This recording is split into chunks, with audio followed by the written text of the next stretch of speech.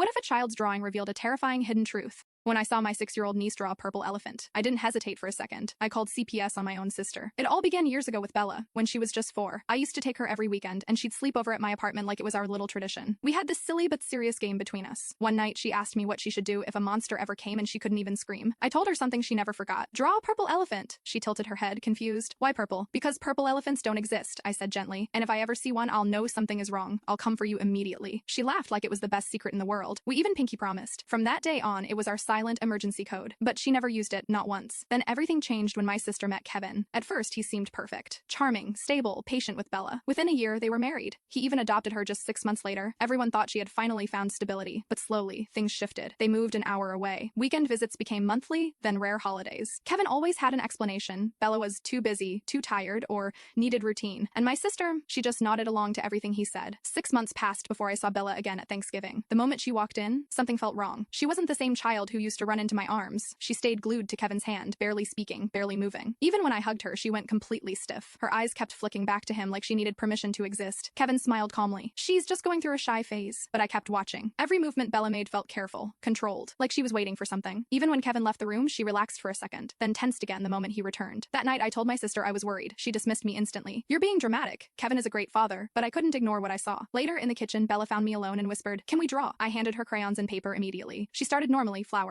a house, a dog. Then suddenly she stopped. Her eyes shifted toward the doorway. Kevin wasn't there. In that split second, she grabbed the purple crayon, fast, frantic, almost like she didn't have time to think. She pressed the drawing into my hands and walked away without a word. A purple elephant, messy, rushed, but unmistakable. My stomach dropped. And when I looked up, Kevin was standing in the doorway, watching. I had no idea how long he'd been there. I quietly put the drawing away, my hands shaking. That's when I knew something was very wrong. I tried again to speak up. I told my sister Bella should stay with me that night. But Kevin immediately shut it down. For the first time, I didn't back down. I wasn't asking, I said. Tension filled the room instantly. My mom and dad came in, confused, but the truth started spilling out. I told them everything I had noticed, the fear, the silence, the way Bella reacted to him, and then I said it. She drew me a purple elephant. My sister froze. For a second I saw it, she remembered the game, but Kevin quickly dismissed it. She's sick, she probably just likes purple. Then everyone turned toward Bella. She was near the door now, pressed into the wall. Kevin stood right beside her, his hand resting on the back of her neck, and that's when everything changed. "Tell them you want to go home," he said sharply. Bella flinched. She didn't move. "Tell them," he repeated, colder this time. My mom stepped forward. "Kevin, move away from her." But he didn't. The warmth in his face was gone now, completely replaced with something hard, controlling. "Bella," he said through clenched teeth. "Say it." Tears filled her eyes. She looked at me, then at him, and in the smallest voice I've ever heard, she whispered, "Purple elephant." That was enough. I called CPS that night. 2 weeks later, Kevin was arrested. My sister stopped speaking to me for 6 months. She chose him even after everything she saw, but the court didn't. Bella lives with me now. Sometimes she still draws purple elephants, but now they smile, bright, safe, and every time she shows one to someone new, she says the same thing. My aunt promised she would always come running.